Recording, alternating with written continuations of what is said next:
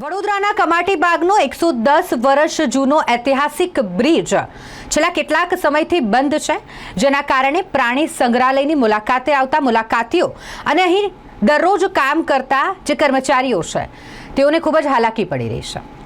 મોટો વળાંક લેવો પડે છે. આ બ્રિજ બંધ હોવાને કારણે સમયમાં અને યાત્રામાં પણ વધારો થઈ રહ્યો છે. ખાસ કરીને પ્રાણી સંગ્રહાલયમાં ફરજ બજાવતા જે કર્મચારીઓ છે, જેમની દરરોજની અવરજવર છે, તેઓને માટે આ ખૂબ જ મુશ્કેલી ભર્યું થઈ ગયું છે, કારણ કે ઐતિહાસિક બ્રિજ ઘણા સમયથી બંધ છે.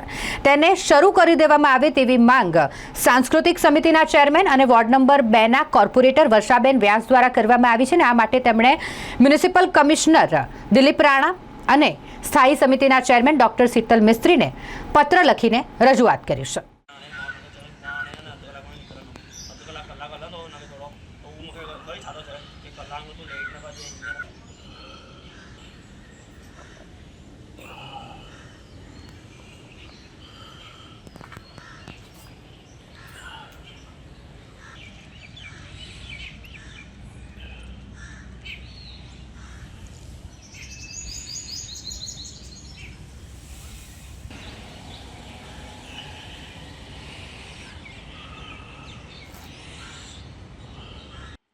Waghodia road main road highway પર જ છે, તક્ષ ગેલેક્સી મોલ.